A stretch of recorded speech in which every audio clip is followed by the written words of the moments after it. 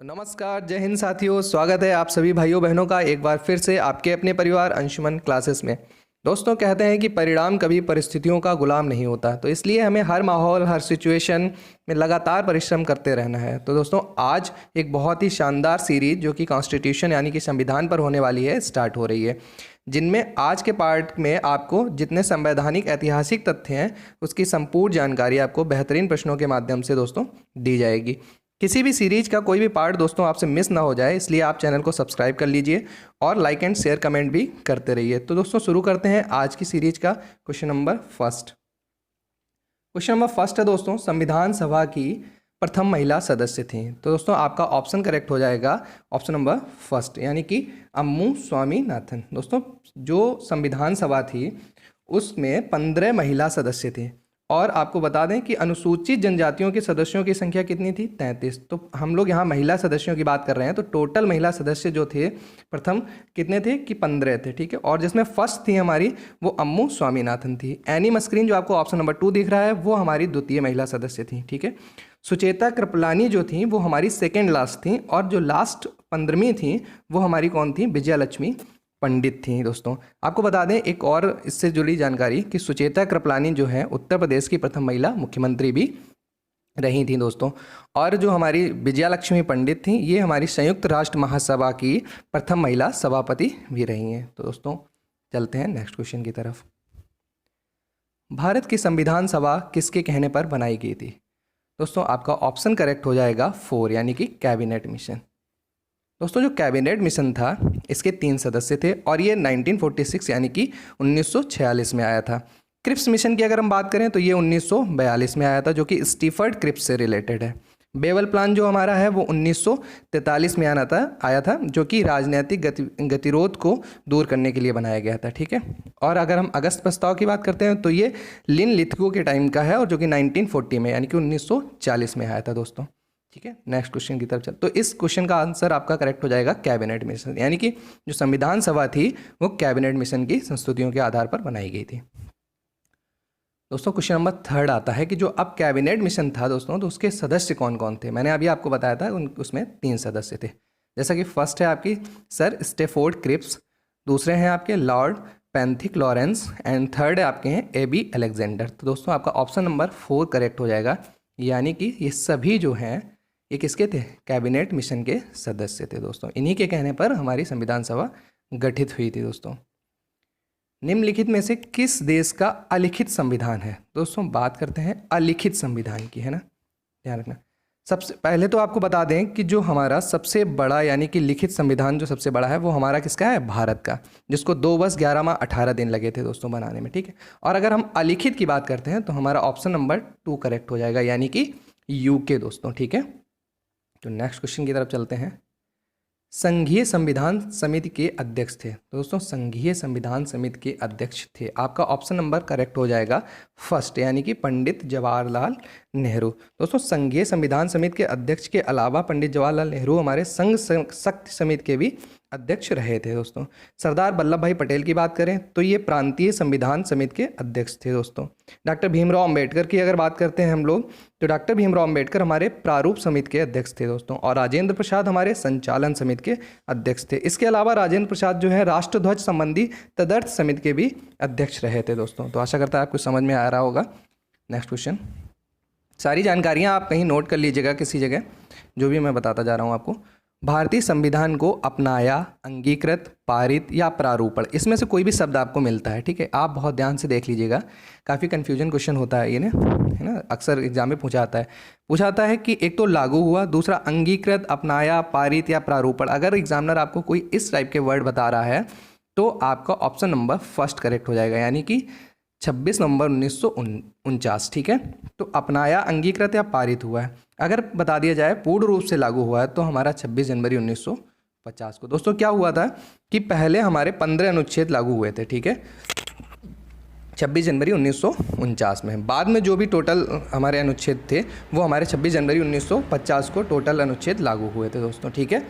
तो next question की तरफ चलते हैं। हाँ, 9 दिसंबर 1946 जो बात की जा रही है, ये हमारी संविधान सभा की प्रथम बैठक हुई थी, जिसमें हमारे अस्थायी सदस्य चुने गए थे, जिनका नाम था डॉक्टर सच्चिदानंद सिन्हा, यानी कि सबसे बुजुर्ग सदस्य थे, जो कि 9 दिसंबर 1946 को संविधान सभा की प्रथम बैठक, ये दोस्तों हुई कहाँ थी? नई दिल्ली में हुई थी। ठीक है, इसमें क्या था, मुस्लिम लीग ने इस बैठक का बहिष्कार किया था, इसलिए फिर से 11 दिसंबर 1946 को क्या हुआ था दोस्तों? द्वितीय बैठक हुई थी, इसमें राजेंद्र प्रसाद को संविधान सभा के स्थायी सदस्य निर्वाचित हुए थे दोस्तों। ठीक है, और अगर हम बात करें संविधान सभा का गठन, तो 1946 में ही इसका गठन हुआ था दोस्तों। ठीक है, कैबिनेट मिशन के आधार पर। चलते हैं दोस्तों नेक्स्ट क्वेश्चन की तरफ। भारत की संविधान सभा का संवैधानिक सलाहकार कौन था? दोस्तों अब बात कर लेते हैं कि संवैधानिक सलाहकार, जब संविधान सभा बनी थी तो उस टाइम हमारा संवैधानिक सलाहकार कौन था दोस्तों? तो संवैधानिक सलाहकार हमारे थे BN राव। आपका ऑप्शन नंबर करेक्ट हो जाएगा 3rd दोस्तों। ठीक है, ऑप्शन नंबर 3rd करेक्ट हो जाएगा, यानी कि BN राव। ठीक है, चलते हैं नेक्स्ट क्वेश्चन की तरफ। देखिए दोस्तों, क्या है कि बहुत सारी चीज़ें दूसरे संविधानों से ली गई हैं, तो इसलिए अभी बात करते हैं हम न्यायिक समीक्षा की, कि न्यायिक समीक्षा की धारणा जो है वो किस देश से या किस देश के संविधान से ली गई है? तो दोस्तों आपका ऑप्शन नंबर करेक्ट हो जाएगा 4, यानी कि USA। USA से आपकी क्या ली गई है? न्यायिक समीक्षा, यानी कि न्यायिक समीक्षा की धारणा आपकी कहाँ से ली गई है दोस्तों? USA से ली गई है। हम बात करते हैं रूस से, तो दोस्तों रूस से हमारे मौलिक अधिकार लिए गए हैं, सॉरी मौलिक कर्तव्य लिए गए हैं, मौलिक कर्तव्य रूस से लिए गए हैं। आयरलैंड से हमारे दोस्तों नीति निर्देशक तत्व लिए गए हैं। और अगर हम कनाडा की बात करें तो कनाडा जो है हमारा, एक तो राज्यपाल का पद भी कनाडा से लिया गया है, और दूसरा जो है संघीय व्यवस्था। दोस्तों संसदीय और संघीय में अंतर है, इसलिए संघीय व्यवस्था जो है संघ वाली, वो हमारी कनाडा से ली गई है दोस्तों।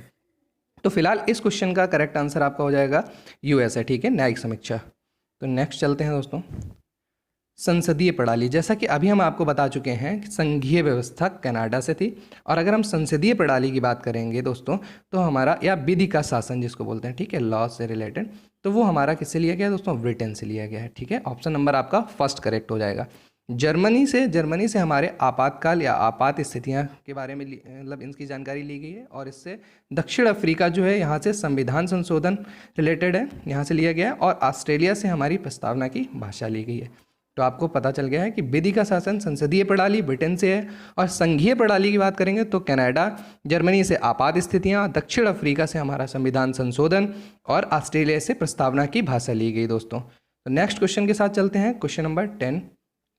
कोलकाता में एक उच्चतम न्यायालय की स्थापना की गई है। दोस्तों आपको बता दें कि जब 1774 ईस्वी में, 1773 ईस्वी में रेगुलेटिंग एक्ट जो आया था, अब ये कब आया था दोस्तों? इसमें हुआ क्या था, जो 1757 में हमारी प्लासी का युद्ध हुआ था, और 1764 में हमारा बक्सर का युद्ध हुआ था, तो इसमें अंग्रेजों द्वारा ये युद्ध जीत लिए गए थे, जो कि ब्रिटिश ईस्ट इंडिया कंपनी का इस पे सिकंजा हो गया था। ठीक है, तो उसके थ्रू इन्होंने लॉन्च किया था 1773 ईस्वी का रेगुलेटिंग एक्ट। इसके थ्रू क्या हुआ था, इस अधिनियम के अंतर्गत कलकत्ता में 1774 ईस्वी में एक उच्चतम न्यायालय की स्थापना की गई थी दोस्तों। इसके मुख्य न्यायाधीश जो थे सर एलिजा इम्पे थे। ठीक है, अन्य 3 न्यायाधीश और थे इसमें। ठीक है, तो अभी हम बात करते हैं अगर 28 जनवरी 1950 स्वतंत्रता के बाद, तो इसमें भारत का जो सर्वोच्च न्यायालय था उसको स्थापित किया गया था। 1784 ईस्वी का पिट्स इंडिया एक्ट के अंतर्गत क्या आता है दोस्तों? 1784 का जो पिट्स इंडिया एक्ट है, इसमें दोहरे प्रशासन का प्रारंभ हुआ था दोस्तों। और 1862, जैसा कि आप लास्ट ऑप्शन देख रहे हैं, तो 1862 में कोलकाता का जो हाई कोर्ट था वो बनाया गया था, है ना। तो इस ऑप्शन आपका, इस क्वेश्चन का जो आंसर है ऑप्शन नंबर 1st करेक्ट हो जाएगा, यानी कि 1774 ईस्वी में, यानी कि 1773 के रेगुलेटिंग एक्ट के थ्रू। ठीक है, तो नेक्स्ट क्वेश्चन पे चलते हैं दोस्तों। क्वेश्चन नंबर 11 है हमारा, 1833 ईस्वी के चार्टर अधिनियम के अंतर्गत नहीं आता है। तो 1800, देखिए पहली चीज़ तो आप क्वेश्चन को एग्जाम में बहुत ही अच्छे से ये देखेंगे कि आता है और नहीं आता है, इस टाइप की जो चीज़ें हैं उसमें बहुत ही आप ध्यान देंगे। ठीक है, तो अब बात किया जा रहा है कि 1833 ईस्वी के चार्टर अधिनियम के अंतर्गत नहीं आता है, तो दोस्तों नहीं आता है, ऑप्शन नंबर 2 आपका करेक्ट हो जाएगा, यानी कि ये नहीं आता है। ये किस में आता है? 1853 के, ठीक है, यानी कि 1853 वाला जो चार्टर अधिनियम है उसके थ्रू आता है। तो संपूर्ण देश के लिए एक ही बजट और लॉर्ड मैकाले की अध्यक्षता में प्रथम विधि आयोग का गठन, तो ये दोनों आते हैं हमारे 1833 में। और 1855 ईस्वी के जो चार्टर अधिनियम है उसके थ्रू आता है प्रतियोगी परीक्षाओं के आधार पर भरने की व्यवस्था पदों को। ठीक है दोस्तों, तो ऑप्शन नंबर इसका 2 करेक्ट हो जाएगा। नेक्स्ट क्वेश्चन की तरफ चलते हैं दोस्तों। भारत में पहली बार महिलाओं को वोट देने का अधिकार निम्न में से किसके द्वारा मिला है? तो दोस्तों आपको बता दें, भारत में जो सबसे पहले महिलाओं को वोट देने का अधिकार मिला था दोस्तों, वो 1919 ईस्वी के मॉन्टेग्यू चेम्सफोर्ड सुधार के द्वारा मिला था दोस्तों। और मार्ले मिंटो जो सुधार है दोस्तों, वो हमारा था, इसमें पहली बार मुस्लिम समुदायों के लिए पृथक प्रतिनिधित्व का उपबंध किया गया था। ठीक है, इसके अंतर्गत क्या था, जो मुस्लिम सदस्य थे दोस्तों, इनका चुनाव मुस्लिम मतदाता ही कर सकते थे, ऐसा बताया गया था। 1773 का रेगुलेटिंग एक्ट जो है मैं आपको अभी डिस्कस कर चुका हूँ ऊपर। ठीक है, तो इसका ऑप्शन नंबर 2 करेक्ट हो जाएगा हमारा दोस्तों, मॉन्टेग्यू चेम्सफोर्ड सुधार, यानी कि 1990। ठीक है, 1919। ठीक है, 1919 के मॉन्टेग्यू चेम्सफोर्ड सुधार द्वारा महिलाओं को वोट देने का सबसे पहले अधिकार मिला था। दोस्तों ये क्वेश्चन बहुत ही इंपॉर्टेंट, इसको ध्यान से देखिएगा। क्वेश्चन नंबर 13 आपका नेक्स्ट क्वेश्चन है कि निम्न में से कौन से तथ्य 1935 ईस्वी के भारत शासन अधिनियम के अंतर्गत आते हैं? तो दोस्तों सबसे पहली चीज़ है अखिल भारतीय संघ का बनना। ठीक है, तो 1935 के अंतर्गत पहले तो ये आता है। दूसरा क्या था 1935 में जो भारत शासन अधिनियम था, उसमें द्वैध शासन की स्थापना हुई थी दोस्तों। और आपको बता दें कि भारतीय रिजर्व बैंक की स्थापना भी 1935 के थ्रू हुई थी। तो इससे आपका ऑप्शन नंबर 4 करेक्ट हो जाता है, यानी कि सभी ऑप्शन आपके सही हैं दोस्तों। अब बात कर लेते हैं भारतीय रिजर्व बैंक। तो दोस्तों आपको बता देते हैं कि जो भारतीय रिजर्व बैंक यानी कि आरबीआई है, उसकी जो इस्टेब्लिश हुए थे वो 1 अप्रैल यानी कि 1 अप्रैल 1935 में। इसका हेडक्वार्टर दोस्तों कहाँ है? मुंबई में है दोस्तों। ठीक है, तो नेक्स्ट क्वेश्चन की तरफ चलते हैं। जो हमारी एसबीआई बैंक है वो 1 जुलाई 1955 यानी कि 1 जुलाई 1955, और उसको पहले हम बोलते क्या थे?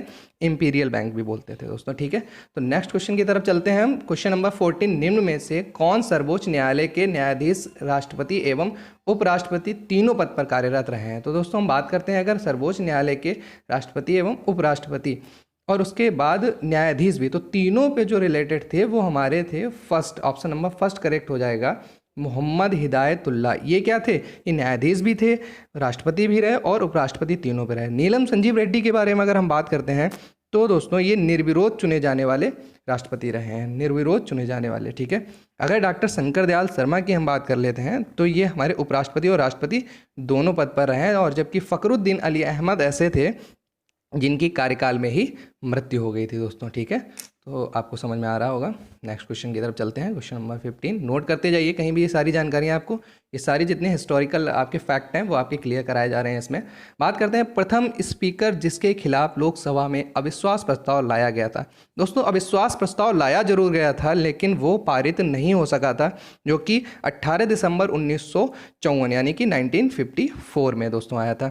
और ये किसके खिलाफ आया था दोस्तों? ये जीवी मालवंकर के थ्रू आया था। लेकिन इसकी बड़ा फैक्ट ये है कि ये इसमें पारित हो नहीं पाया था। ठीक है, लेकिन क्वेश्चन आता है कि किसके खिलाफ सबसे पहले आया था? प्रथम स्पीकर जिनके खिलाफ लोकसभा में अविश्वास आया। तो आपका ऑप्शन नंबर 2 करेक्ट हो जाएगा, जीवी मालवंकर दोस्तों। ठीक है, नेक्स्ट क्वेश्चन की तरफ चलते हैं। क्वेश्चन नंबर 16, भारतीय संविधान की प्रस्तावना में निम्नलिखित में से किस अभिव्यक्ति का प्रयोग नहीं किया गया है?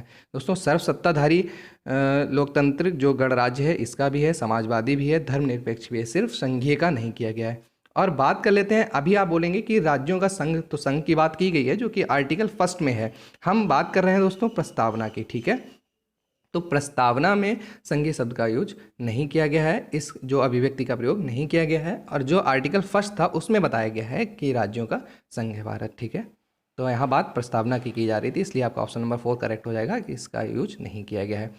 आप क्वेश्चन नंबर 17 की बात करते हैं, यानी कि 17 क्वेश्चन के साथ चलते हैं। इंडिया अर्थात भारत, तो आप बताएंगे संघीय राज्य है या राज्यों का संघ है? तो इसमें ऑप्शन नंबर आपका 2 करेक्ट हो जाएगा, यानी कि राज्यों का संघ है। तो इंडिया और भारत जो है क्या है? राज्यों का संघ है दोस्तों। तो आपका ऑप्शन नंबर 2 करेक्ट हो जाएगा। तो चलते हैं नेक्स्ट क्वेश्चन की तरफ। क्वेश्चन नंबर 18, संविधान की उद्देशिका यानी कि प्रस्तावना का संशोधन कितनी बार किया गया है? दोस्तों बहुत ही इंपॉर्टेंट क्वेश्चन है ये हमारा 18 की, कितनी बार प्रस्तावना में संशोधन किया गया है? तो आपको बता दें कि इस प्रस्तावना में सिर्फ एक बार ही संशोधन हुआ है, जो कि 42वें संविधान संशोधन के थ्रू 1976 में यानी कि 1976 में 42वें संविधान संशोधन के थ्रू हुआ था, जिसमें क्या किया गया था दोस्तों? पंथ निरपेक्ष, समाजवाद और अखंडता नामक शब्द को जोड़ा गया था। इसको दोस्तों एक बहुत ही अच्छा जो चलता क्वेश्चन बनता है यहाँ पे कि 42वां जो संविधान संशोधन था उसको हम मिनी कॉन्स्टिट्यूशन भी कहते हैं, मिनी कॉन्स्टिट्यूशन भी कहते हैं। ठीक है, इसको लघु संविधान भी कहते हैं, जिसके थ्रू इसमें संशोधन किया गया था। 42वां संविधान संशोधन लघु संविधान भी है हमारा। ठीक है, तो इसका ऑप्शन नंबर करेक्ट क्या हो जाएगा कि एक बार, ऑप्शन नंबर फर्स्ट करेक्ट, एक ही बार इसमें संशोधन किया गया था दोस्तों। चलते हैं नेक्स्ट क्वेश्चन की तरफ, देखते हैं। 19वां क्वेश्चन हमारा है कि संविधान के निर्माताओं के मनोभाव और आदर्श प्रतिबिंबित होते हैं। तो दोस्तों आपका ऑप्शन नंबर करेक्ट हो जाएगा उद्देशिका, यानी कि जिसको हम कुंजी भी कहते हैं, ठीक है। प्रस्तावना उद्देशिका को क्या कहते हैं दोस्तों? कुंजी कहते हैं, ठीक है। तो ऑप्शन नंबर आपका करेक्ट हो जाएगा क्या? 3 ऑप्शन नंबर करेक्ट हो जाएगा कि उद्देशिका में संविधान की प्रस्तावना को संविधान की कुंजी भी कहा जाता है। तो नेक्स्ट क्वेश्चन नंबर 20 की तरफ चलते हैं कि संविधान सभा द्वारा राष्ट्रीय ध्वज को अपनाया गया है। तो दोस्तों राष्ट्रीय ध्वज को कब अपनाया गया है? आपके ऑप्शन सामने हैं, आप बताएंगे, ठीक है। ऑप्शन नंबर आपका करेक्ट हो जाएगा 20 का फर्स्ट, यानी कि 22 जुलाई 1947 को। दोस्तों 22 जुलाई 1947 को राष्ट्रीय ध्वज को अपनाया गया था और 26 जनवरी 1950 को पूर्ण रूप से लागू हुआ था संविधान। 24 जनवरी 1950 की बात करते हैं तो नेक्स्ट क्वेश्चन डिस्कस करेंगे जो कि राष्ट्रीय गान और गीत से रिलेटेड है। और 31 अक्टूबर 1947 की अगर हम बात करेंगे तो संविधान सभा का पुनर्गठन हुआ था दोस्तों। तो इसलिए आपका ऑप्शन नंबर करेक्ट हो जाएगा फर्स्ट, यानी कि 22 जुलाई 1947 को क्या हुआ था दोस्तों? राष्ट्रीय ध्वज को अपनाया गया था। बहुत ही इंपॉर्टेंट क्वेश्चन है। और जैसा कि आप क्वेश्चन नंबर 21 देख रहे हैं कि राष्ट्रीय गीत एवं राष्ट्रीय गान, दोस्तों बहुत ही कन्फ्यूजन है दोनों तीन में।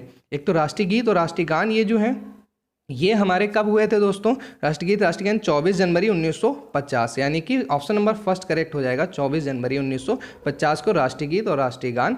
और राष्ट्रीय ध्वज की बात करेंगे तो हमारा दोस्तों 22 जुलाई 1947 जो कि क्वेश्चन नंबर 20 के थ्रू आपको बताया गया था। 31 अक्टूबर 1947 आपका संविधान सभा का पुनर्गठन हुआ था दोस्तों। तो आशा करता हूँ आपको वीडियो बहुत ही अच्छा लगा होगा। और लाइक करिए आप अगर आपको अच्छा लगा है तो, फिर और कमेंट करते रहिए। मिलते हैं आपसे नेक्स्ट वीडियो में दोस्तों। थैंक्स फॉर वॉचिंग, जो कि पार्ट्स स्टार्ट होने वाले हैं आपको। अब नेक्स्ट सारे पार्ट आपको संविधान से रिलेटेड मिलते जाएंगे लगातार। आप देखते रहिए और सब्सक्राइब